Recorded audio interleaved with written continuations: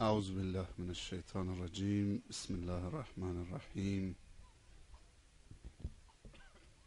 الحمد لله والصلاة والسلام علی رسول الله و علی آله و اصحابه و من والاه. اما بعد، السلام علیکم و رحمت الله تعالی و برکاته.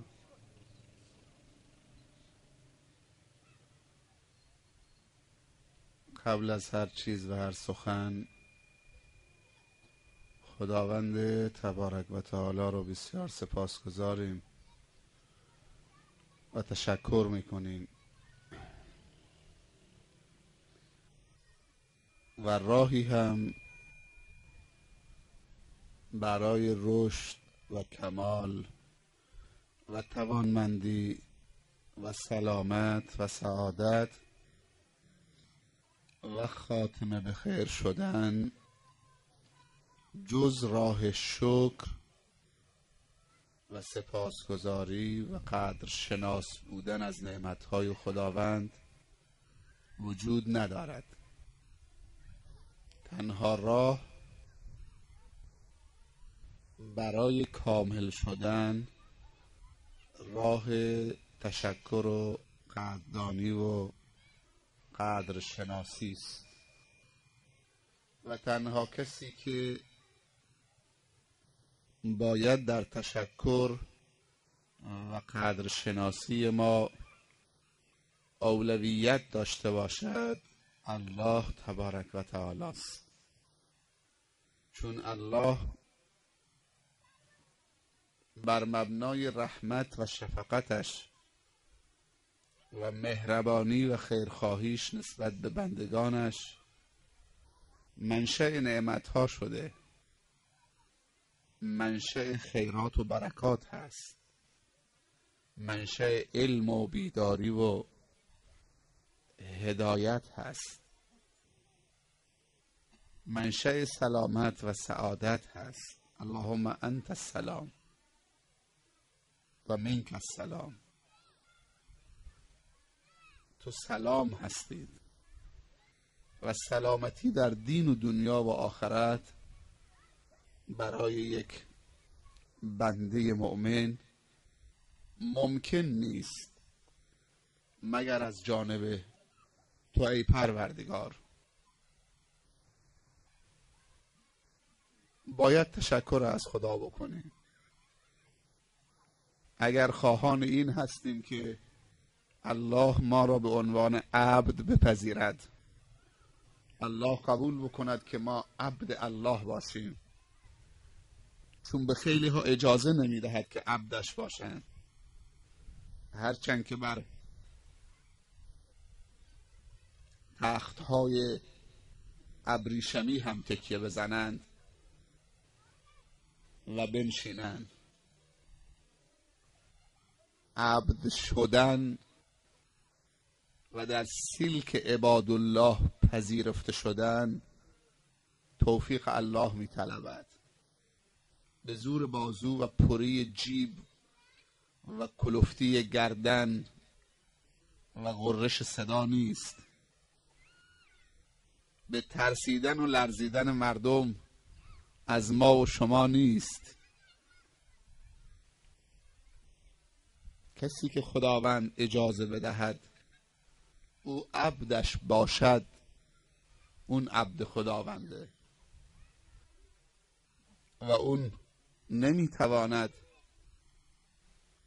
جز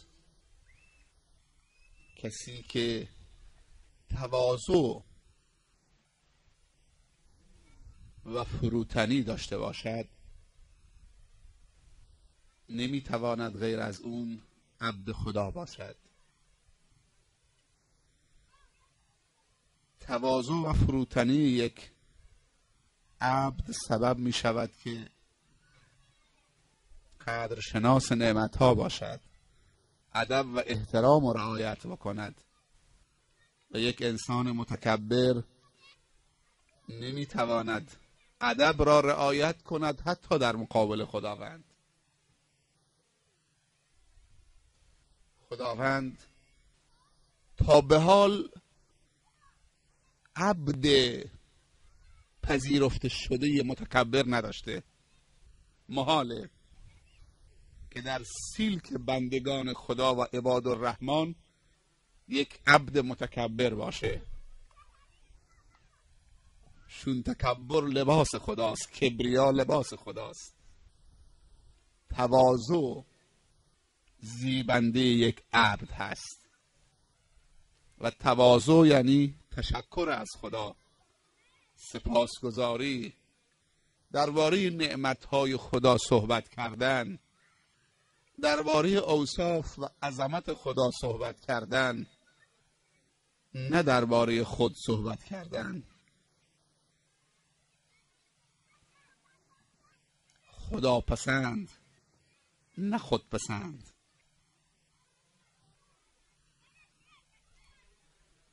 آخرین جمله‌ای که برادرمون عبدالستار سماک خوندن و سرودهایی که قبل از اونم خونده شد خیلی زیبا بود، خصوصا اون همخوانی که نوجوانان و جوانای خوب روستای درکوه از بچه های خود شما خوندن. واقعا زمزمه های زیبایی رو سر دادن، خیلی زیبا خوندن، پر محتوا خوندن، ادب و در حق پیامبر به جا آوردن صلی الله علیه و سلم.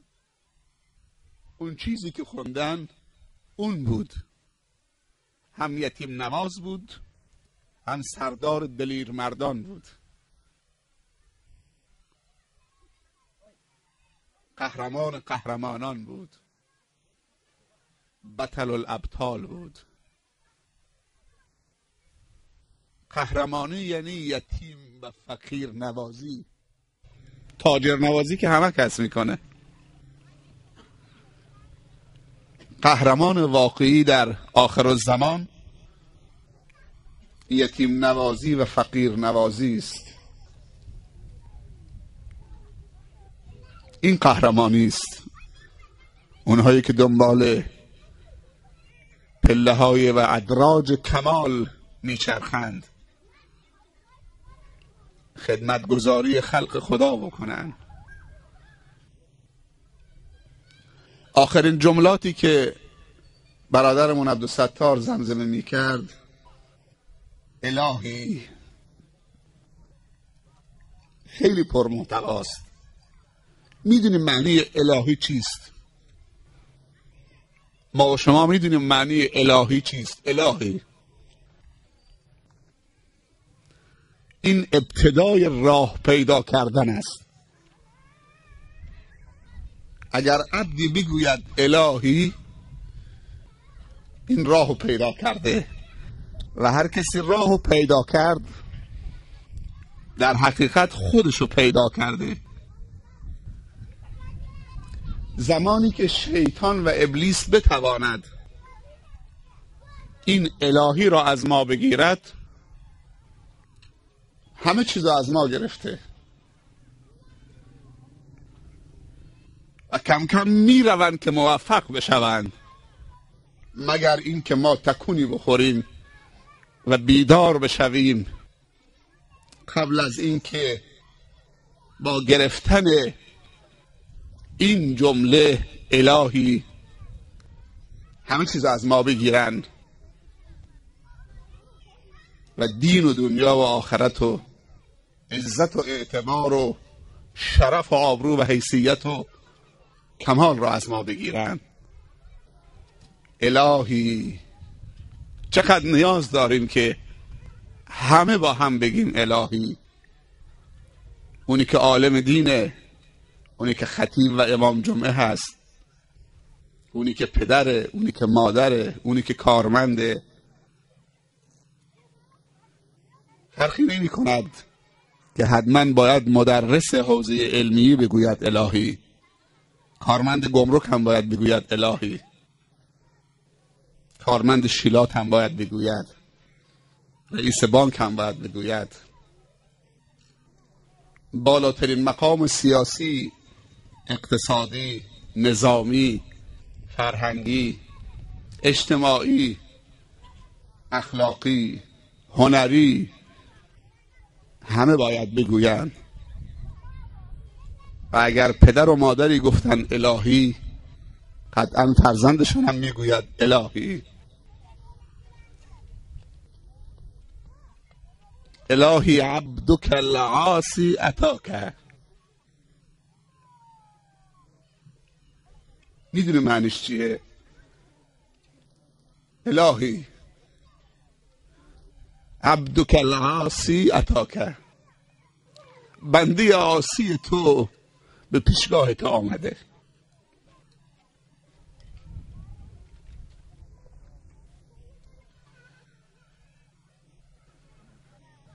چطوری آمده پیشگاه تو؟ الهی عبدک العاصی اتاک مقرا بالذنوب و قد دعاک. در حالی آمده پیش تو که اعتراف داره به گناهانش، اعتراف داره به تقصیرش،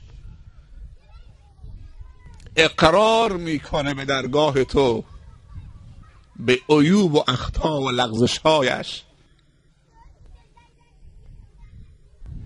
و اون چیزی که ما در تو سراغ داریم و در رسول تو صلی الله علیه و سلم سراغ داریم که هم خودت و هم فرستاده‌ات اگر معذرت خواهی به درگاه و دربارشان معذرت خواهی میکردن، قبول بخشش میکردن.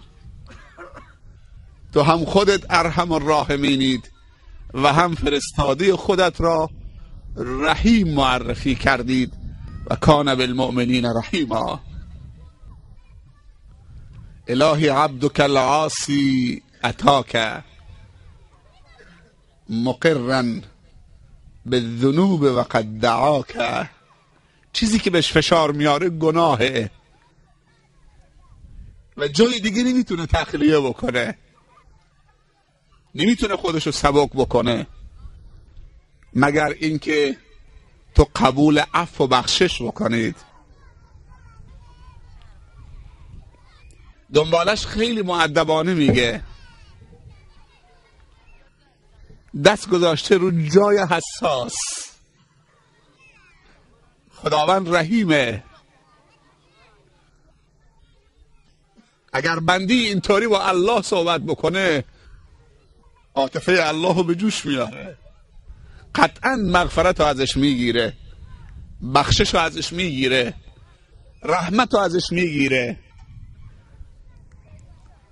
توبه نصوح ازش میگیره و بعد از توبه توفیق برای انجام کارهای خیره و جبران مافات و گذشته رو از خدا میگیره. قدرت توبه یعنی این، یعنی به جوش آوردن عاطفه خداوند. خداوندی که فکر میکردیم نسبت به ما بیرحم شده و این تفکر کفره که انسانی فکر بکنه با ارتکاب گناه خداوند در مقابل او بیرحم شده. خداوند ارحم الراحمین است. خدایا آمرزیدن مطیعان چه کار است و کرمی که به همه نرسد چه مقدار است. اگر قرار باشه خداوند همه خوبان رو تحویل بگیره، کی باید گناهکارها رو تحویل بگیره؟ در نتیجه دنبالش با ادب میگه فان تغفر فانت لذاک اهل. اگر بیامرزی این عبد عاصی تو اهلشی. آمرزیدن کار خداست. آیا معذرت خواهی کار بنده هست؟ آمرزیدن کار خداست. کی رو نه آمرزیده؟ مگر کسی که خودش نخواست یا نخواهد آمرزیده شود. قل کل یعمل علی شاکلته. علما و مفسرین میگویند این آیه امیدوار کننده ترین آیات قرآنه. قل کل یعمل علی شاکلته. تفسیرش اینه بنده گناه میکند، اشتباه میکند، خطا میکند، پوزش میطلبد، معذرت خواهی میکند، خداوندم کار خودشو میکند، میآمرزد، قدم عفو میکشد، دوباره یک فرصتی دیگه، 100 تا فرصت دیگه میدهد. وگرنه نمیتواند ارحم الراحمین باشد، رحمان الرحیم باشد. فان تغفر فانت لذلك اهل و ان تطرد، ولکنش نیست. اگر بیامرزی و مغفرت نصیب این عبد عاصی بکنید تو اهلشید. این ویژگی توست، این صفت توست. بارالله که بندگان خطاکار پوزش طلب را بیامرزید. و بعد میگه اگر برانید تحویل نگیرید. میگه اگر این بنده گناهکاری که با پای خودش آمده، میگه الهی اگر تحویلش نگیرید و ردش بکنید و طردش بکنید، فمن سواک یرحمه او فمن یرحم سواک، چه کسی غیر از تو میخواهد رحم بکند؟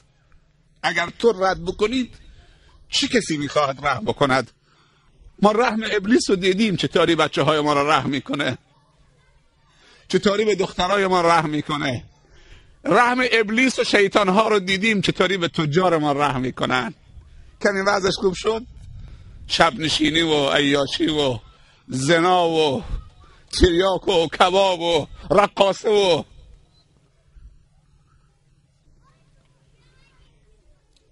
رحم ابلیس رو نسبت به جوانا دیدیم، سیگار و مواد مخدر و چادر نازک و لباس کوتاه و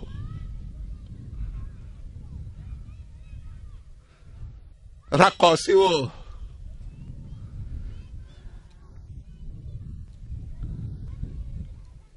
رحم ابلیس دیدیم.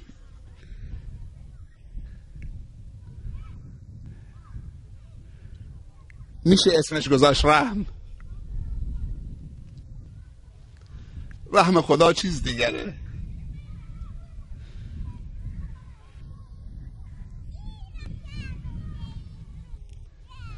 با زلزله هم که ما فکر میکنیم به ما بیرحمی میکنه، ما رو رحم میکنه. این همه زلزله شد چند نفر مردن تو جزیره. آمار کشته شدگان تصادف در کشور خودمون در سال 83-84 26,000 نفر بوده که با ماشین های خودشون تصادف کردن مردن. کی بیرحمه؟ خداوندی که 6 ماه زلزله میده. تا همین دیروز هم شده، عروسی رمکن سخنرانی میکردیم، زلزله میشد زیر پامون. کسی کشته نشده، 7 نفر 8 نفر 10 نفر. 6 ماه زلزله 10 نفر کشته نشده. آدم با ماشین خودش هی پا میذاره رو پلاک گازش، هی پا میذاره دنده 5 رعایت نمیکنه. کولر هم روشن کرده، موسیقی هم صداشو بلند کرده، داره میره. همونجور که رانندگی میکنه این طرف و این طرف هم داره نگاه میکنه، با موبایلش هم صحبت میکنه. بعد میگیم خدا بیرحم، زلزله رو بلند نمیکنه.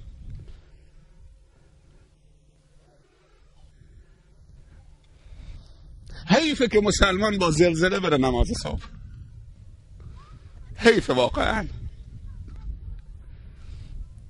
دوستانی میگن که نماز صبح بعد از زلزله از 2 صف 3 صف رسیده به 15 صف. ولی واقعا حیفه که عبد خدا با زلزله به مسجد بره. یعنی مثل این که با تازیانه برید. عبد خدا عاشق خداست.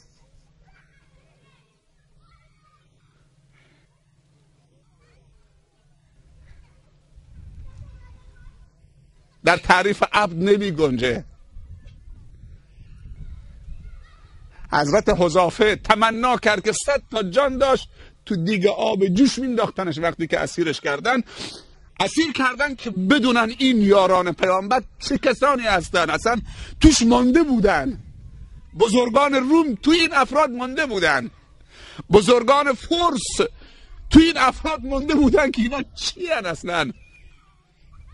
رستم دعوتشون کرد، گفت شکمتون خالیه که بیرون آمدید حمله میکنید به اطرافیانتون بیاد شکمتون رو سیر میکنیم، پای برهنتون رو کفش میدیم بپوشید، تن برهنتون لباس میدیم، لباس خوب میدیم، ابریشم میدیم بپوشید، سر جاتون بنشینید، آذوقه مواد غذایی میفرستیم در خونتون. این چه کاری داره میکنید؟ زن میخوای بهترین زن بد میدیم، کفار قریش گفتن. قصر میخوای بهترین قصر، پول میخوای تو رو غنی ترین. بازم میگه خورشید توی کف دستم، ماهتاب توی کف دستم، نمیتونم دست از این کارم بکشم، یا اینکه پیروز میشم یا اینکه فدای این کار و این راه و این برنامه میشم. حضرت حذافه میگه که اگه 100 تا جان داشتم حاضر بودم که تو این دیگ آب جوش دوباره زنده بشم، تقدیم خدا و برنامه های خدا بکنم و تقدیم این فکر بلند و این برنامه و این ارزشی که خدا برای ما قائل شده. یه نفر یه لیوان آبت میده تو تشنگی، تو آخر عمر فراموش نمیکنی. خدا این همه نعمت میده، اینطوری باز برخورد میکنی. خیلی عجیبه.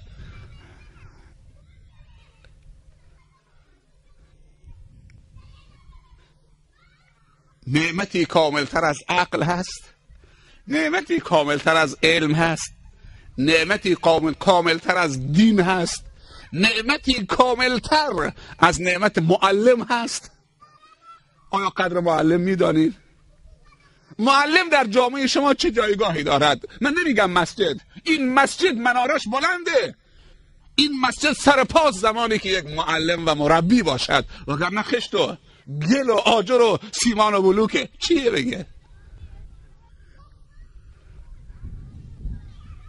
قرآن هم مشتی ورق کاغذه، پلاستیکه، چیز دیگه هست. سالی چند میلیون نسخه قرآن چاپ میشه. فعلا اسرائیل آمد همه وزرای حماس رو دستگیر کرد، غزه رو محاصره کرده، به خاک و خون کشونده. تو همه خونه هم 20 تا و 30 تا و 50 تا قرآن هست. قرآن دو پا لازمه، قرآن متحرک، نفس بکشه، نفسش حرارت داشته باشه. معلم در جامعه شما و در روستای شما و عالم چه جایگاهی دارد؟ و معلمین خودتون از روستاتون و دانش آموز موفقتون چه جایگاهی دارن و علماتون چه جایگاهی دارن؟ اینا همش وقتی که جواب و نمره داده میشه نتیجه گیری میشه. کس نخارد پشت من جز ناخن انگشت من. اگر یه دانشجوی خوب از روستای خودتون داشته باشید، یک معلم، یک مدیر مدرسه از بچه‌های خودتون، یک طلبه خوب، یک خطیب خوب، یک عالم خوب، شکر خدا بکنید.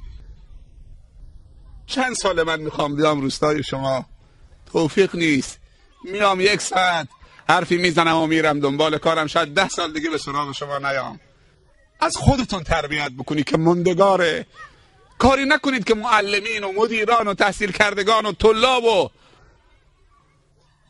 افراد خوب جامعه شما احساس بکنن که پشتشون خالی است.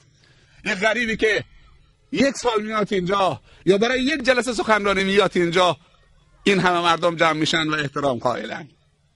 گرچه ما غریب نیستیم، دین غربت رو از بین میبرد.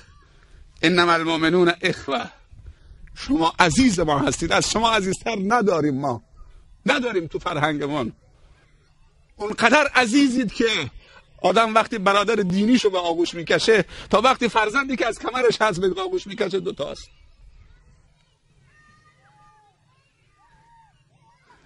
گرچه اونم فرزندشه، اونم پدرشه، واجب الاحترام، اونم مسلمانه. چه محبتی است که خدا با این دین اینطوری الفت داده و این الفت رو اینطوری پیوند داده. برادرت برای اولین بار میبینی نمیتونی، تحمل نداری، تو آغوش میگیری گریت میاد از شوق و محبت ها. تو کدوم مکتبی این همه محبت وجود داره؟ معلمین شما چه جایگاهی دارن؟ این دارم تاکید میکنم، چون میدونم اکثر کسانی که در امتحانات سراسری در دانشگاه رتبه میارن از غرب جزیره هستن و اکثر اعتیادم الان تو غرب جزیره است و مرکز فروش مواد مخدرم تو غرب جزیره است. اسم برم یا نبرم، همه جا هست. هر جایی که آمار دانشجو، آمار طلاب بالاتر میره، اونجا شیطانم فعالتر میشه. اونجا شیطان حرفه‌ای کار میکنه. از اون طرف آمار باسوادا، از اون طرف آمار من نمیگم زمانه، اگر بگم توهین به خدا کردم، چون لا تسبوا الدهر فان الله هو الدهر. زمانو نکوبید، کاری به زمان نداشته باشید، کاری به مردم زمان داشته باشید. کاری به مردم زمان هم میگه نداشته باشید، کاری به رفتارها و عملکردهای مردم داشته باشید. شخص طرف رو زیر سوال نبرید، عملکرد رو زیر سوال ببرید. نام کسی رو نبرید مگر کسی که دیگه با معصیت داره آشکارا و جهر با خدا می جنگه، اون دیگه حرمتی نگذاشته. غرب جزیره کجاست؟ هم جایی که آفتاب غروب میکنه. پس اون جایی که آفتاب طلوع میکنه بهتره، یعنی روشناییه؟ نه، اینطوری نیست. میگم اکثر دانشجوها و استعدادهای جزیره تو غرب جزیره است، هم جایی که آفتاب غروب میکنه. فکر میکنید تاریکی اونجا روشناییه؟ ولی به شرطی که بزرگان قوم آستین بالا بزنن، حمایت بکنن، استعدادها رو شناسایی بکنن، اگه خودشون خیر ندارن به خیرین منتقل بکنن. شرط نیست که خودت پول داشته باشید. این زبان خدا به همه داده. باور میکنید این زبانتون رو به کار بندازید و این زبان رو به دلتون مرتبط بکنید و دلتون رو به خدا وصل بکنید. همین موتورسیکلت 70 روشن بکن، برو تو جزیره قش، همین قایق سوار بشو، برو اون طرف آب. یه خیری پیدا میشه که دلش همینجور به جوش آمده، دنبال محرومیت ها میچرخه. کجا استعداد است؟ امکانات نیست. کجا اندیشه هست؟ اعتبار نیست. با اعتبار مالیش اندیشه رو حمایت میکنه. کجا معلم هدایتی هست؟ نیاز به حمایت داره، حمایت میکنه تا هدایت توسعه پیدا بکنه. خدا خوشش نمیاد که ما منتظر معتاد شدن بچه هامان باشیم. شما میدونی که خیلی ها منتظرن که بچه هاشون معتاد بشه. باور بکنید خدا از ما نمیگذره که از خدا دعا بکنیم که خدا فرزند بده، بعد منتظر باشیم تا 15 ساله، 14 ساله، 16 ساله باشه مواد فروشا بیان معتادش بکنن، سیگارش بکنن، تریاکش بکنن، مصروف خارش بکنن. تو داری به پدر و مادر توهین میکنی. من توهین نمی کنم. پدر و مادری که در تربیت فرزندش گوشان نباشه، پدر و مادری که تلاش نکنه فرزندش هدایت بشه، عالم بشه، تحصیل کرده بشه، باسواد بشه، معلم هدایت بشه، مربی بشه، شخصیت سالم و پاک و مفیدی باشه در جامعه، دست رو دست گذاشته، قطعا معتادا بیان معتادش میکنن. چون به معتادا قاعده دادن، گفتن هر معتادی و مواد فروشی باید 10 نفر رو معتاد بکنه تا احتیاط چاق باشه و هر چی بتونی بیشتر معتاد بکنی، ما درصد حقوق شما و مبلغی که به شما پرداخت میکنیم بالاتر میبریم. این تفکر دشمنان اسلام برای ماست. خدا خوشش میاد که از خداوند فرزند طلبیدید، تا دکتر یزد و شیراز و اصفهان و نمیدونم تهران رفتی دنبال بچه که شاید قرصی باشد، شاید آمپولی باشد، شاید دوای تقویت کنندی باشد که رحم مادر رو فعال بکنه و یک فرزندی به دنیا بیاد. بعضی موقع افراد بعد از 10-15 سال زنگ میزنن، خوشحالن، بعد از 15 سال خدا به من بچه داد. جواب آزمایش مثبت بود. 15 سال ما بچه دار نمیشدیم، جواب آزمایش مثبت شده، من بچه دار میشم. بچه دار میشه، هنوز 10 سالی نشده، کم کم داره خمار میشه، کم کم آثار معصیت و گناه و تکبر تو اون فرزند شکل میگیره.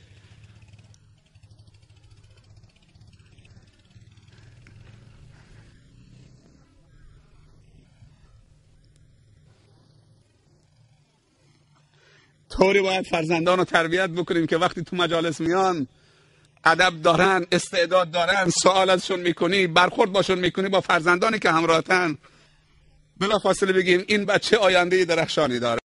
زمان قدیم اینطوری بوده، وقتی یک بچه رو میبردن تو مجلس علما و بزرگان، ادبش که میدیدن، استعدادش که میدیدن، سوال کردنش که میدیدن، نشستنش که میدیدن، میگفتن این بچه آینده درخشانی، بهش برسید، بهش میرسیدن، علما بزرگ زمانش میشد.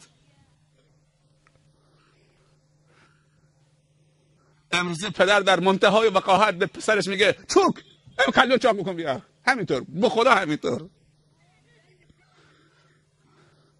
برمیگرده به دخترش میگه فاطمه مهمون اوندی، همه کلیون تنظیم بکن، با دود بیار، نفس بزن، هایی تنظیم بکن، زغالش رو نمیدونم تنباکش، بعد بیار تا مهمان بکشه. تو نمیدونی که دخترت کلیونی میشه دوباره این کلیون رو به دود بیاره؟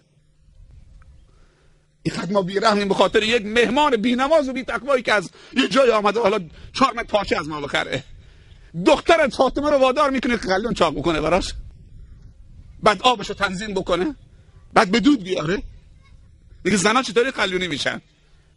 مهمون میاد روش نمیشه، به زن خانواده بگه دختر سبکتره، برو مامان کلیون چاق بکن برای مهمان. کلیون خب باید یه چیزی باشه بالاخره. اکثر زنا که کلیونی میشن به خاطر مهمانه. باور بکنی اونم چه مهمانی، مهمان کلیونی چه خیلی توش هست وقتی مهمان شما میشه. دست رو دست گذاشتیم که یکی یکی بچه ها معتاد بشن، بعدم میگیم ما پدریم، ما مادریم، ما عالمیم، ما خطیبیم، ما امام مسجدیم، ما دانشجویی هستیم، ما معلمیم، ما تاجریم. تو هیچی نیستی، تو خائنی. کمترین وصفی که میشه به تو بده خائن، جنایتکار، همدست ابلیس. کسی که بچه‌ش تربیت نکنه همدست ابلیسه.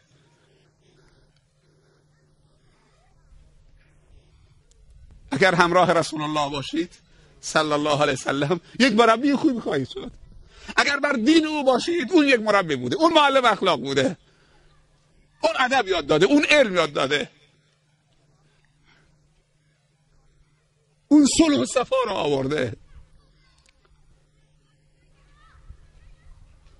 صلح و صفا بین آفریقایی و ایرانی، بین هندی و پاکستانی، بین عرب و عجم، بین کسانی که به جان هم افتاده بودن. کجاست اون صلح و صفا؟ مردم امروز 2 تا برادر از یک پدر و مادر 10 ساله با هم قهرن. مادرشون مریض شد، آمد تا دم در، دید که پسر بزرگتر نشسته، برگشت. وقتی هم میخواستن که مادرش بشورن غسل بدن، آمد نگاه کرد که اون یکی جلوتری ساده، از در رفت بیرون. صله رحم کجاست امروز؟ رحم کجاست امروز؟ قوم خویش همه به جان هم افتادن به خاطر یک بلوک، به خاطر نمیدونم 2 تا بچه با هم دعوا کرده، حالا اونا با هم صلح کردن، بزرگترا موندن. و پیامبر صلی الله علیه وسلم میفرمایند رحم انسان روز قیامت میاد اینطوری معلق میشه به عرش خداوند، میگه خدایا کسی که منو قطع کرد قطعش بکن، و هر کسی منو وصل کرد وصلش بکن اینجا. رحم پایمال شده. پسر خاله دیگه احترام به خاله نمیذاره، خاله گفته جای مادر انسانه.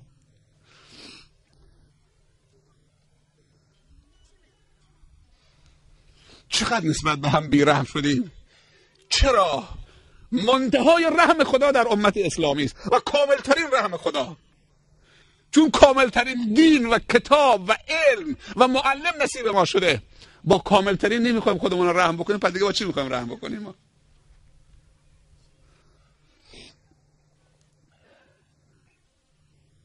خدا خیلی هزینه کرده. چه مجلس باصفایی امشب، نه؟ اصلا طوری شده که ما فکر نمی کردیم در آخر الزمان یعنی عروسی مثل نماز جمعه، از نماز جمعه و عید هدف درتار باشه. تو نماز جمعه و عید اجباری مردم میان چون نرن سخنشون میکنن، ولی ما تو راه که می آمدیم مردم تو وانت نشستن، تو این هوای گرم دارن میان از راههای دور. بریم که درکو اونجا یک جلسه خداییه، یک جشن خداییه، همنشینی خداییه. درد دل خداییه که ما نیاز داریم همه اینها رو. جوانای شما چند تا نامه به من دادن، خیلی ادب داشتن. باور بکنید من نامه رو وقتی میخوندم هم دلسوزی داشتن و هم ادب داشتن. خیلی مؤدبانه نامه نوشتن. نامه نوشتن که باید از ما حمایت بکنه. ما جوانیم، در معرض شهوت هستیم، در معرض شیطان هستیم، در معرض غرور هستیم، در معرض عجله هستیم، سطحی نگر هستیم، سنی نداریم. نباید بزرگتر مواظب ما باشه؟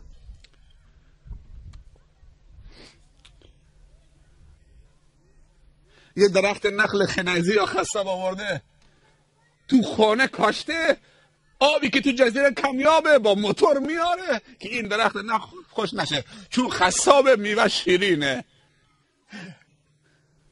چون خنیزی است دیمپازش یا نمیدونم رطبش خیلی خوشمزه است. یعنی فرزند تو اندازه یه رطب خنیزی که همش یک ماه امان به تو نمیده بعد تمام میشه. یعنی فرزند تو به اندازه رطب خنیزی، به اندازه یک نخلی که اسمش خنیزی است یا خصاب یا بهتری است، ارزش نداره که آب بیاری، با موتور آب بیاری. چقدر مواظبشه.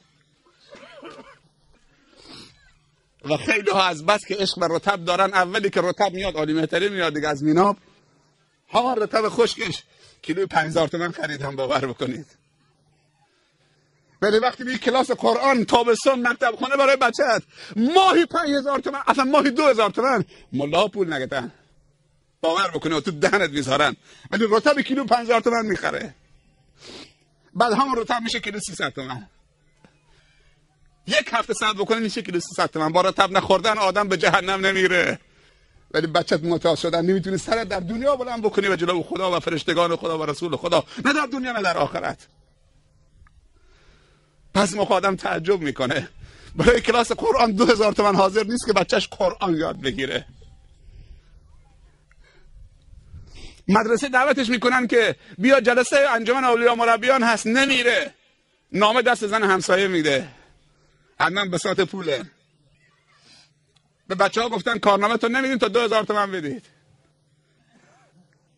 یا دعوت کردن که 2000 تومان پول، 5000 تومان پول، حالا در سال 10000 تومان از ما بگیرن. میگیم نه مدرسه نمیریم چون از ما پول میگیرن. پول میگیرن که صرف بچه های ما بکنن. حاضر نشدیم پول بدیم، خداوند زلزله فرستاد، 4000 تا خونه جلو چشمون خراب کرد، ما رو برد تو خیمه. خیمه‌ای که مردم به ما بدن. روز اول زلزله همتون میدونید تو جزیره که فقیر و تاجر در یک ساعت، اونی که زکات میداد اونی که زکات میگرفت، هر دو مثل هم شدن، دستشون دراز بود. مساکین از گشنگی اگر همه جا قطع شده بود، اگر همین تن ماهی و کنسرو و دلمه و نان خوش نمی آوردن، مردم تلف میشدن و آب. خداوند یه کارهایی میکنه چون ما در دنیا تبعیض قائل میشیم. فقیر رو طرد میکنیم، تاجر یه ماشینی میخره، یه مغازه‌ای میخره، مغرور متکبر میشه، با خدا پشت میکنه. و پناه به خدا روزی که دیگه فقیر متکبر بشه. پناه به خدا روزی که پیرمرد 80 ساله دست از گناه نکشه. جوان اشتباه بکنه خداوند یک آوانتاژی میده، ولی پیرمرد 80 ساله 70 ساله گناه بکنه چی میشه؟ شما اگر این بزرگان و ریش‌سفیدانی که اینجا نشستن تو این جمع بیفتن تعداد جوانای زیر 30 سال رو بنویسن چقدرن؟ 80% این جمع و جوانای زیر 30 سال تشکیل میدن. اینا نشستن، بچه‌های کوچگو بالا نشستن اونجا، خواهرا رون چه جای خوبیه، این طرف خانه خدا این طرف خانه خدا، بالای سرم الله، همه توی این وسط نشستن. خیلی فضا عالیه، اصلا معنوی شده، خیلی فضا معنوی شده. خیر در مردم هست، مردم خواهرن که خوب بشن، میخوان خوبتر بشن، میخوان بیان تو برنامه، یه استارتی لازمه، بزرگترا بیان تو صحنه، مجال بدن تو خانه خداست. خانه بابای من نیست که لنگت بندازی، اینجا مال من خریدم. مجال بدید تا جوان بیاد اذان بگه، جوان بیاد پیش نماز بشه، جوان عادت بکنه آمد تو مسجدش احترام قائل بشید. کلر روشن بکنید، کلاس قرآن تو مسجد بذارید، نهایتش بچه ادرار میکنه تو مسجد، بدون صحرانشین در زمان پیامبر آدم بزرگ آمد تو مسجد رسول الله صلی الله علیه و آله ادرار کرد، گفت ولش کنید تا تمام بکنه، حالا که شروع کرده. بعد آب آوردن و ریختن، تمام شد. بعد توجیهش کرد اینجا چه درست نشده داره این کارا، اینجا جای عبادته. خیلی زحمت کشیدید برای فضا، برای ما پشتی گذاشتن اینجا که کمرمون محکم. اینجا با چوب این پایین من فکر میکنم چه یه ردیف چوب و ارزش اینطوری بستن محکم که این متکه ها بچسبه که نیفتیم. تکیه‌گاه برای ما درست کردن. میدونید تکیه‌گاه برای بزرگان چیه؟ این چیه؟ تکیه‌گاه هر بزرگی یک جوان هست که انسان بتونه تکیه بزنه. تکیه‌گاه پدر یک فرزند خوب هست. تکیه‌گاه معلم یک شاگرد خوب حرف شنو و مؤدب درس خوان با ادب هست. اینا به درد ما نمیخوره. تکیه زدیم بازم فکر میکنیم که داریم میافتیم، چون بچه‌هامون دارن معتاد میشن، مدرسه ول میکنن. آمار به من دادن درست مال اینجاست ولی برای همه جاست. کار خوبی که از دوستان کرد، مختصری درباره این روستا به من گفت. جا داره من تبریکم بگم، از همه شما هم تشکر بکنم که مهمان نوازی کردید، خیلی فضای خوبی رو ایجاد کردید. یه تشکرم از آقا داماد بکنم. در طول 17 سالی که من مراسم عروسی اسلامی میرم تو مناطق مختلف، این تنها دامادی بود که به من اختیار داد وقت هر روزی که شما تعیین میکنید.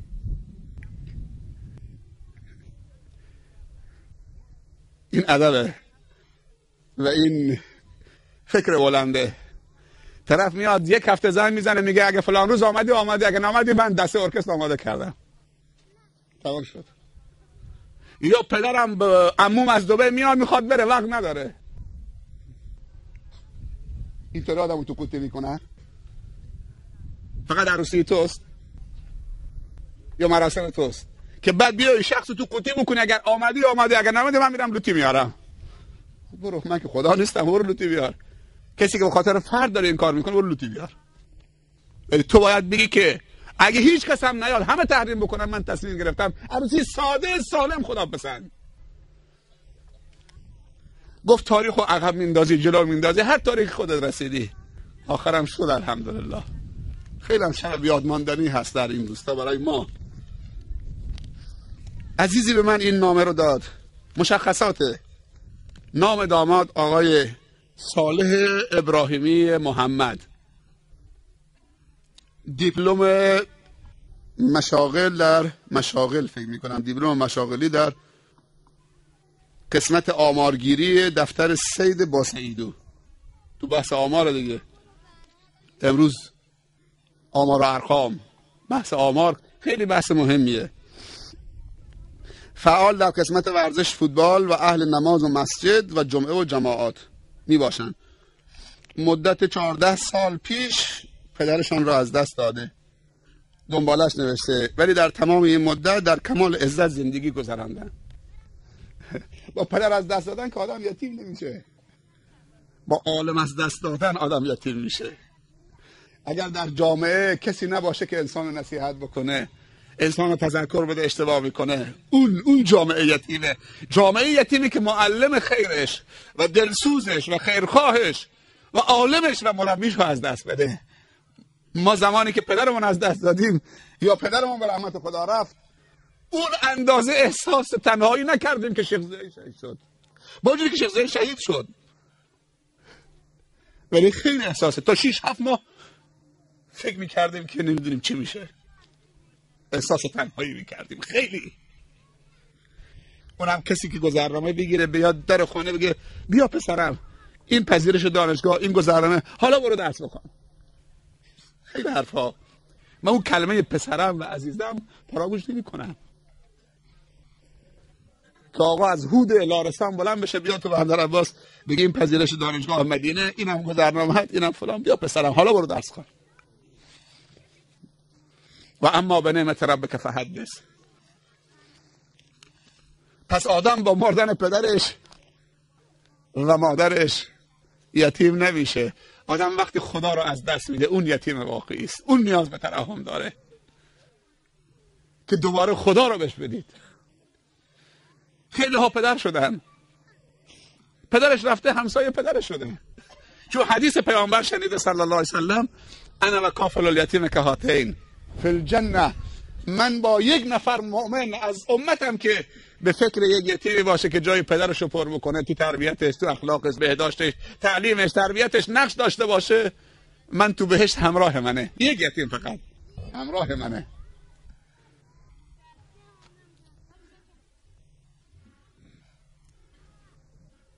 یک کسی که با یتیمی بزرگ شده، با عزت نفس، مراسم عروسیش، این همه مؤمنین نماز عشا رو خوندن، با وضو آمدن تو مراسمش. خیلی ها پدر دارن، سرمایه دارن، مردم شراب میخورن میرن تو عروسیش که به هم بزنن، دعوا بکنن. از شراب میخورن چون امشب عروسی پسر فلان تاجره، یالا اونجا جاز و ارگ، بریم عروسیش رو به هم بزنیم. از شراب میخورن، نماز مغرب نمیخونن، نماز عصر نمیخونن، نماز عشا نمیخونن، با دهان مشروبی میرن تو عروسی. مکدورم داره تو جیبشونه، کابلم داره کمرشونه، به قصد میرن تو عروسی. یعنی عروسی اسلامی کی یتیمه؟ کی باید عزادار باشه؟ اینا همه پدرشن، همه برادرشن، همه حامیشن. خدا حامیشه. من نمیفهمیدم حقیقتا تو الان که این یادداشت من دادن. از خدا توفیق بطلبید، از خدا هدایت بطلبید، گردن کلفتی نکنید در مقابل اوامر خداوند.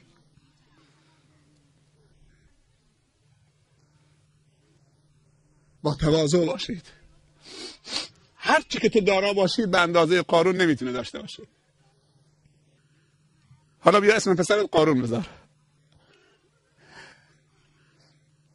مال دوست داشتنی نیست؟ مال همه دوست دارن، حتی ملاها مال دوست دارن. ولی آیا تو یک مسلمان گناهکاری پیدا کردی خیلی هم رابطش با خدا خوب نیست، با دین، که اسم پسرش فرعون باشه یا قارون باشه؟ نیست. همون هم اسم پسرش محمد میذاره، احمد میذاره. با خدا آشتی کنید. درباره روستا چه نوشته؟ پس این یکی از جوانای خوبه، از مسجد حمایت میکنه، تو مسجد هست، از ورزش حمایت میکنه، دیپلم هم گرفته. ما تاجر سراغ داریم که 5 تا پسر داره، هر 5 تا تریاکی و شراب خوار و مشروب خوار، درس هم نخوندن، به امید پول بابا، پولاشون هم برباد دادن، همه به تریاک کردن، بابا مرد. ولی کرایه کش داریم، جاشو داریم که 5 تا لیسانس و حافظ قرآن تحویل جامعه داده. 2 تا دختر چند سال پیش، فکر میکنم 4م ابتدایی 5م ابتدایی، از همین روستاهای شما، از همین چاوی شرقی شما، آمدن برای حفظ قرآن تو دار تحفیظ پیش خالاشه داخل سرو. 3 سال موندن، حافظ کل قرآن شدن، متفرقا امتحان دادن، سیگرشون هم گرفتن. الان مرسی دینی میخونن، دبیرستان هم دارن میخونن.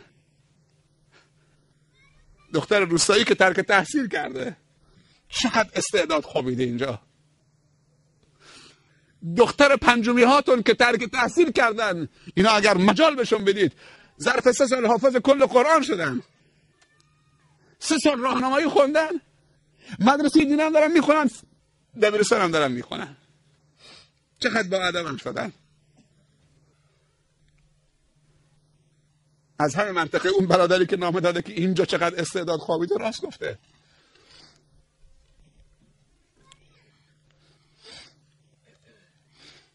روستای درکو 600 نفر جمعیت، 70% صیاد، 5% در قسمت اداری کار میکنن، 10 الی 15% شغل آزاد دارن، 10% هم بیکارن،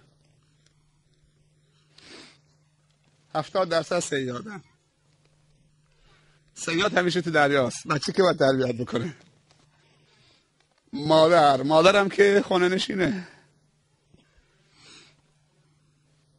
دختراتون بفرستید.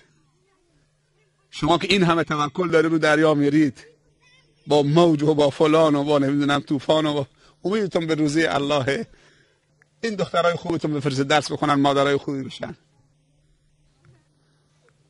اگر هم اصلا خیلی زشت در مقابل خدا من حمایت میکنم. میخواستم یک کلمه بگم یادم اومد که خب شاید غرور باشه من بگم من از شما حمایت میکنم. و من یتوکل علی الله فهو حسبه. توکل به خدا بکنید، خدا از شما حمایت میکنه. خدا کسانی رو میفرسته که از شما حمایت بکنه.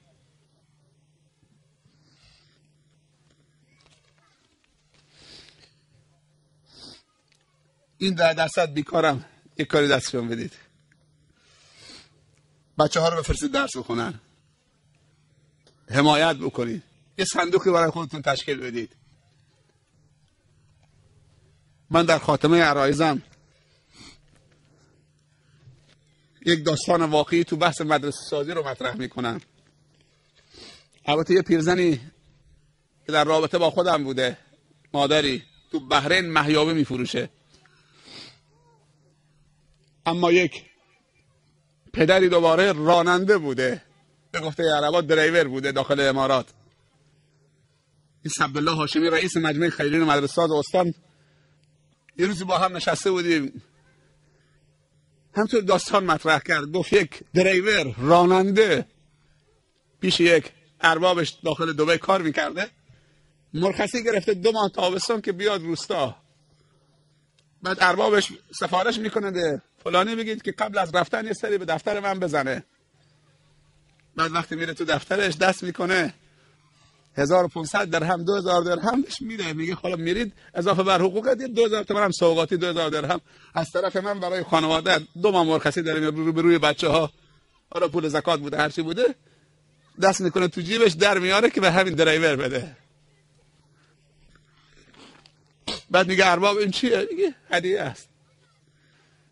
میگه هدیه؟ خب بالاخره سنت پیغمبره که انسان هدیه رو قبول بکنه صلی الله علیه وسلم. تهاب هدیه رو قبول میکرد.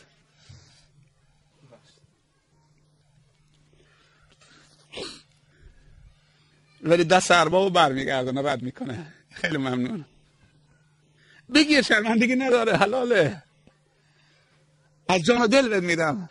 خیلی ممنون ارباب. کم کم اشکش جاری میشه، بدنش میلرزه. خب چته؟ رو بزن و بچه داره میری، بعد از 1 سال 2 سال کار خوشحال نیستی؟ 2000 درهم هم هدیه برای بچه ها بخر. نمیتونه تحویل بگیره. بعد میگه دردت چیه؟ میگه ما اگر قرار شده به من هدیه بدید، به بچه های من، ما 70-80 تا بچه دارم و همه منتظر منن که هدیه براشون ببرم. ما تو روستامون مدرسه نداریم. اگر واقعا میخواد به من هدیه بدید، من قول دادم به همه بچه ها که هر طوری شده من یک کسی پیدا میکنم یه مدرسه برای شما درست کنم. تو روستامون مدرسه نداریم. درایور بی سواد هدیه ارباب و تحویل نمیگیره. بعد که این از دفتر ارباب میره بیرون، میاد برمیگرده به محلش، ارباب به فکر فرو میره. 2000 درهم حقوق 2 ماهش. چقدر حقوق میدن؟ حقوق 2 ماه هدیه داره میده به اضافه حقوقش. چقدر این راننده، این نوکر بگم، این خادم خدا بهش توفیق داده، چقدر بزرگ منشه و چقدر دوراندیشه و چقدر به فکر فرزندان مردم هست و همه رو فرزند خودش میدونه و قرار باشه به 1 نفر هدیه بدن باید به همه هدیه بدن. و چه هدیه‌ای بهتر از جانب خداوند به بندگان از هدیه علم و معلم. سید عبدالله میگفت که بعد از مدتی خیرش از بس که بالاخره زنگ میزنه و میره و بالاخره به فکر فرو میره، میگه حالا برآورد بکنید. 1 نفر میفرستن برآورد میکنن، نزدیک 60 میلیون 70 میلیون برآورد میکنن اون مدرسه.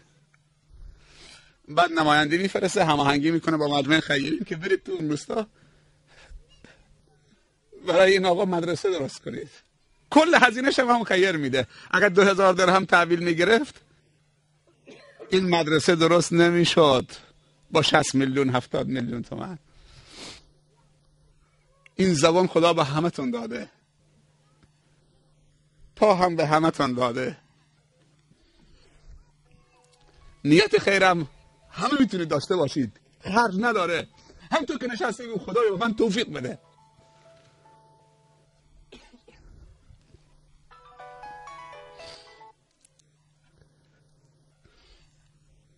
یک صلوات محمدی خط بفرمایید.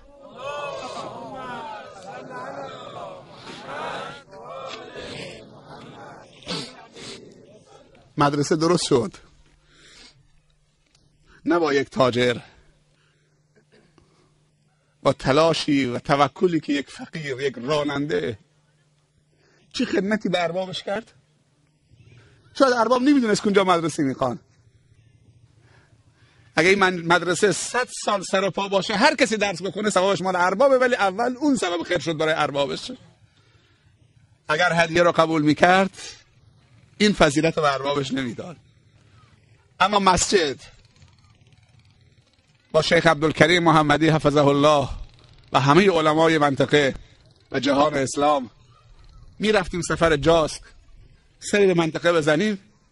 2 سال قبل از روستای کویک نزدیک 5 کیلومتری جاسک دنبال یک مسجد بودن. چند بار به من گفته بودن، گفتم بذار تو نوبت باشید. نرسیده به این روستا تلفن زنگ زد، نگاه کردم شماره اماراته. 3-4 نفری تو ماشین بودیم ما. حالا که با صحبت کردم دوست عزیزیه، گفت فلانی کجایی؟ گفتم نزدیکای جاسکم. راست همون روستا که رسیدیم. نیت خیر الله. گفتم بفرما، از ما سوالی گرفتید، تشکر میکنم. گفت شیخ یک مسجد 11 میلیون و 600 هزار تومانی میتونید درست کنید؟ گفتم برای چی؟ گفت همین پول فرستادم یک منطقه اطراف خمیر. گفتم با این مبلغ نمیشه توی این مناطق درست کرد، کمترینش 30 میلیون 40 میلیون. یک دفعه به فکر تو افتادم که تو هم مناطق جاس میری اون طرفا میشه. گفتم سبحان الله، چقدر الله کریمه، چقدر الله بزرگه. مقابل همون روستا با 11 میلیون و 600 هم مسجدشون درست شد. اون پیمانکاری که خودش درخواست مسجد برای روستا کرده بود گفت من درصد پیمانکاری هم نمیگیرم. شیخ ازش خواهش کرد، گفت این مدرسه، این مسجد مال یک مادر پیر محیاوه فروشی که تو بحرین محیاوه میفروشه و هم قران جمع میکنه تا به این مبلغ رسیده، غیر از این هم پول نداره. و تو نیتش این که یک مسجد آخر عمری با پول محیاوه درست بکنه. این پیرزن بیوه، اون پیمانکارم شیخ طلبیدش، گفت منم حقم نمیگیرم، بذار این مادر با این نیتش خدا چه کمکش بکنه، یک خانه خدا درست بکنه. چه مسجدی میرید نگاه کنید درست شده. 2 ساله که مسجد الان درست شده تقریبا. سال گذشته فرش هم نداشت، چون دیگه پول فرش نداشت پیرزن، پول کلنش هم نداشت. یه فرش کهنه انداختن. تابستان گذشته 80 تا مکتبی داشت تو همین مسجد. مرکز جماعت تبلیغ هم هست اونجا. تا سال گذشته نوروز من رفتم دبی، CD براش بردم، گزارش دادم به رابطمون، بعد براش فرستاده بود. گفتم مادر 2 تا کولر میخواد، فرش میخواد یا آبسر کن، اگه داری، حالا 1 سال 2 سال گذشته، 1 سال گذشته، خودت بده تا کسی شریکت نباشه، اگه نداری کسی دیگه هست. چند مدت پیش رفتیم دوباره، مامومین ها مزه گفتن شیخ یه اتاق اگه بیرون از ها مادر خواهش بکنیم برای جماعت تبلیغ که میان از اطراف میان اینجا جمع میشن، اتاق ندارن، وسایلشون بذارن توش. گفتم این صبر کنید، خدا توفیقش بده یه مقدار دیگه محیابه بفروشه. تو جزیره تاجر نیست، تاجر هست تو همین روستاهای زلزله زده شده که میتونه کل 4000 تا خونه رو درست بکنه. نیاز نیست که عوضی و بستگی و از جای دیگه. و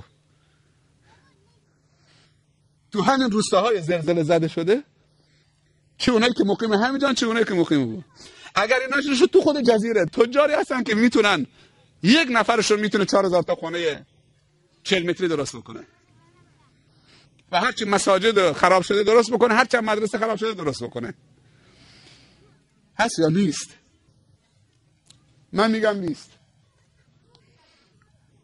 اشتباه کردم، اول گفتم هست، چون محاسبم فرق میکرد.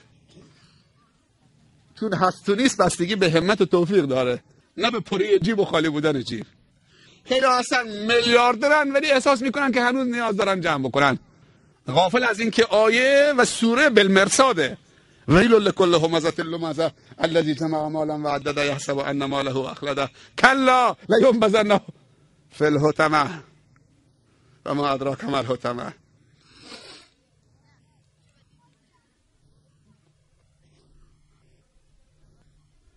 یعنی این تاجرها دوست ندارن به اندازه یک پیرزن مهیا فروش خدمت بکنن به جامعه. یک مسیری که 80 تا مکتبی فقه، حدیث، احکام، قرآن، مرکز جماعت تبلیغ و 11 میلیون و 600 تومان ثبت شد. و پیامبر صلی الله علیه وسلم میفرمایند من بنا لله مسجدا ولو کمفحص طیر بنا الله له بیتا فی الجنه. کسی که خانه برای هدایت مردم، برای ایمان مردم، برای عبادت مردم، برای تعلیم مردم، فرقی نمیکنه، مدرسه هم مثل مسجده. هر جایی که ایمان تولید بشه، علم، هدایت تولید بشه، اونجا مسجده. حتی که اسمش مدرسه باشه، مکتب خونه باشه، درست بکنه. گفته به اندازه لانه گنجشکی خداوند در مقابلش قصری در بهشت براش درست میکنه. پیرزن مهیا فروش قصر گرفت، تاجر و میلیاردر دلش خوشه که فلانجا مثلا یه جایی دولت یه چیز اعلام بکنه بیاد بگه آقا من 100 میلیون، یا یه مسئول ازش بخواد که اینجا هزینه بکن، یه جشنواره بزن، مهرجان بیا هزینه بده، هزینه لوتی هاش تو بده. خیلی زشته ها که یک تاجر مسلمان بهش بگن هزینه لوتی هاش تو بده، هزینه خواننده هایی که تهران میاد تو بده تو جشنواره. شبی 1 میلیون تومان، 2 میلیون تومان، 25 شب یا 1 ماه اینا میزنن، 40 روز هر شبی مثلا 2 میلیون تومانش تو بده. شده یا نشده؟ آدم بعضی موقع نمیتونه سرش بلند بکنه که شخصیت انسان اینطوری پایمال بشه که خدا مال بهش داده بهش بگن هزینه لوتی تو بده.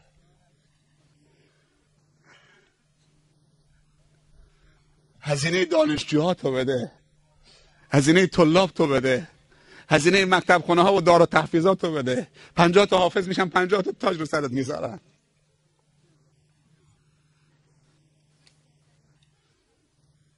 دوستان زحمت کشیدن، درخت چراغانی کردن، فکر کردن این کرت رو چراغانی بکنن. کرت چیه؟ صبره. خشکه دیگه، درسته؟ سبکش داره، یکی فکر میکنه خشکه. یک نوع ادب، یک نوع جذابیت. بالاخره مهمونا میان، خیلی کار خوبیه، اشکال نداره، کار زینتیه، به فکرشون رسیده، جلب توجه هم کرد وقتی ما آمدیم.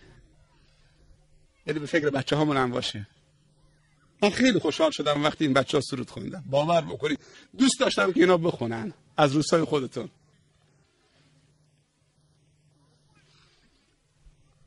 امشب شما هم به من خیلی خدمت کردید،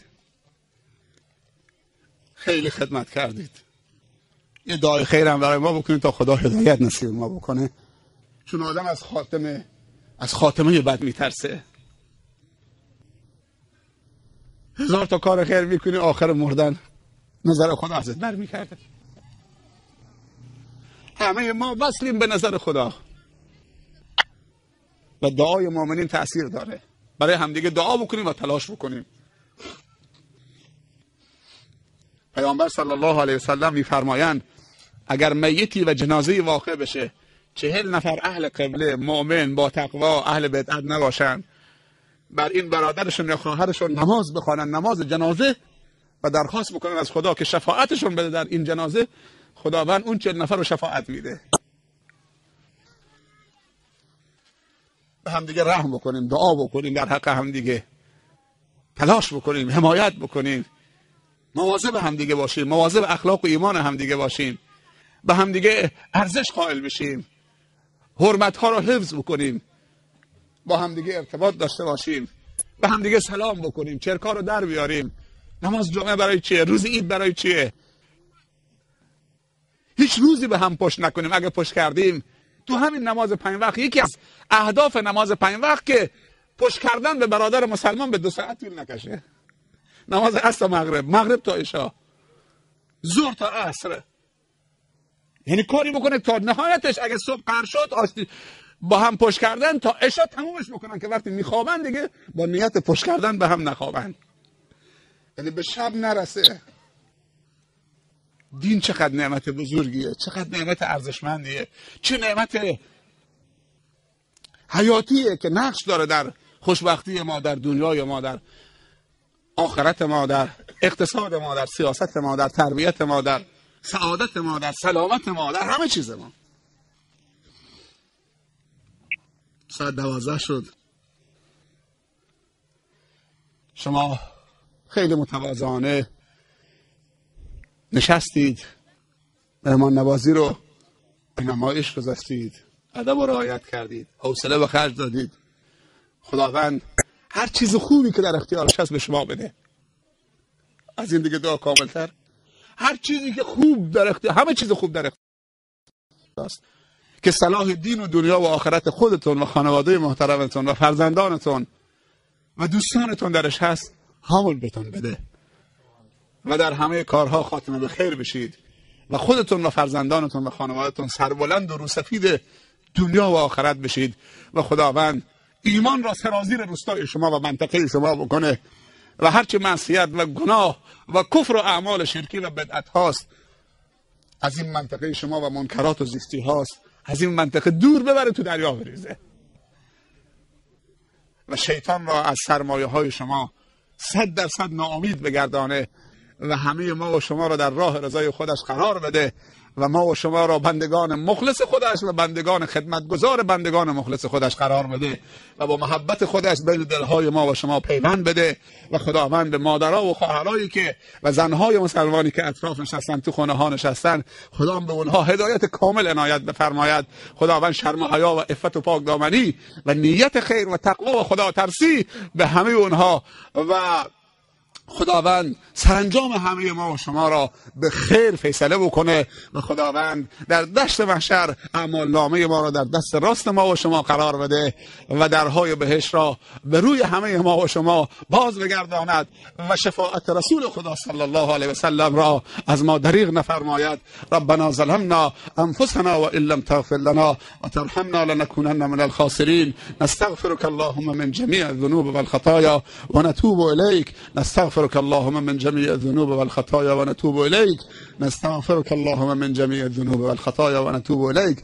ربنا آتنا في الدنيا حسنة وفي الآخرة حسنة وقنا عذاب النار. اللهم إنا نسألك الهدى والتقى والعفاف والغنى. پروردگارا علم نافع و مفید، پروردگارا ایمان کامل، پروردگارا یقین ثابت، پروردگارا عمل صالح مقبول، پروردگارا روزی حلال، پروردگارا سلامتی و تندرستی، پروردگارا ایمان، پروردگارا همه چیزهای خوب را نصیب این جمع بگردان. پروردگارا این جمع را آمرزیده بگردان. پروردگارا این جمع را رحم بفرما. پروردگارا این جمع را به کمال برسان. پروردگارا این جمع را خاتمه به خیر بگردان. پروردگارا این جمع را هدایت بفرما. پروردگارا کسانی که بانی و سبب این جمع هدایتی و جمع ایمانی و خدایی برای ما شدن، پروردگارا انواع توفیقات خوبت را نصیبشان بگردان. پروردگارا فرزندان ما را اصلاح بفرما، هدایت بفرما، حکام ما را هدایت بفرما، علمای ما را هدایت بفرما. پروردگارا زنهای مسلمان را هدایت بفرما، مردان مسلمان را هدایت بفرما. پروردگارا تجار مسلمان را هدایت بفرما، بزرگترا را هدایت بفرما، کوچکترا را هدایت بفرما. اطفال مسلمین را از شر شیاطین و انس جن مسون و محفوظ بدار. پروردگارا لباس شرم و حیا بر تن همه جوانای امت محمد قرار بده. بگرد پروردگارا عطا بفرما. پروردگارا توفیق همه کارهای خوب را عنایت بفرما. پروردگارا اگر نیت خیر کردیم ما را در نیت خیر یاری بفرما. پروردگارا اگر نیت شر توسط شیطان و ابلیس بر ما القا شد، آن نیت را تبدیل به نیت خیر بگردان و بعد در توفیق عملی کردن اون نیت خیر ما را یاری بفرما. خدایا چنین کن سرانجام کار که تو خوشنود باشی و ما رستگار. پروردگارا باران رحمتت را بر این بلاد و عباد پروردگارا بباران، بارانی که سبب رحمت بشود، سبب هدایت بشود، سبب خوشحالی و امیدواری بشود، سبب افزایش ایمان بشود، سبب انواع خیرات و برکت بشود. پروردگارا این زلزله را پروردگارا درس‌های بزرگی درش بود، ازش درس گرفتیم. پروردگارا آرامش را به این زمین پروردگارا باز بگردان. پروردگارا قبل از اینکه زمین را آرامش بدید، دلهای ما را با توبه پروردگارا و دلهای ما را با نیت‌های خیر و خدایی آرام بگردان. پروردگارا ما را در راه دینداری و راه خودت ثابت قدم نگه بدار. پروردگارا دشمنان اسلام اگر قابل هدایتن هدایت بفرما، اگر قابل هدایت نیستن هر طوری که خودت صلاح میدانی با اونها رفتار بفرما. ربنا آتنا فی الدنیا حسنة و فی الآخرة حسنة و قنا عذاب النار. ربنا ظلمنا انفسنا و ان لم تغفر لنا و ترحمنا لنكونن من الخاسرین. سبحان ربک رب العزة عما یصفون و سلام علی المرسلین و الحمد لله رب العالمین و صلی الله علی سیدنا و نبینا محمد و علی آله و اصحابه و سلم اجمعین. موفق و مؤید و سربلند باشید در دنیا و آخرت. دست هم بگیرید بفشارید، یه لبخندم بزنید، همدیگه رو حلال بکنید و ان شاءالله با همدیگه از این به بعد ان شاءالله با صلح و صفا و آرامش یک صلوات محمدی قرار هم خط بفرمایید. دست هم بگیرید، دست هم بفشارید، دست هم بگیرید، همه دست هم بگیرید، حتی اونایی که بالا نشستن همه حلال بکنه همدیگه. فردا شب در سوزا 2 تا عروسی با همه، 2 تا برادر، فردا شب در سوزا این جمعیت همه بیان ان شاءالله.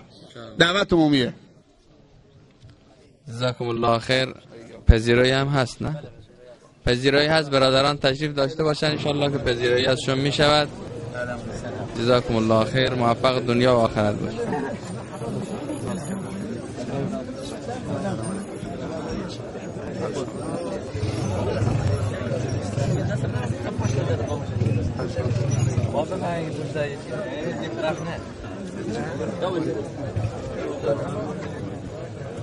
نماز جمعه یادم میشه. سلام علیکم.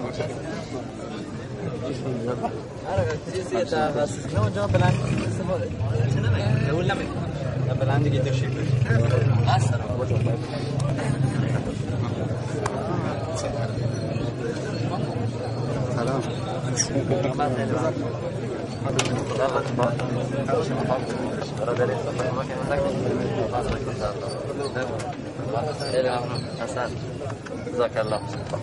شما زحمت کشیم. راحت ماجرات خیلی ممنون. جزاک الله.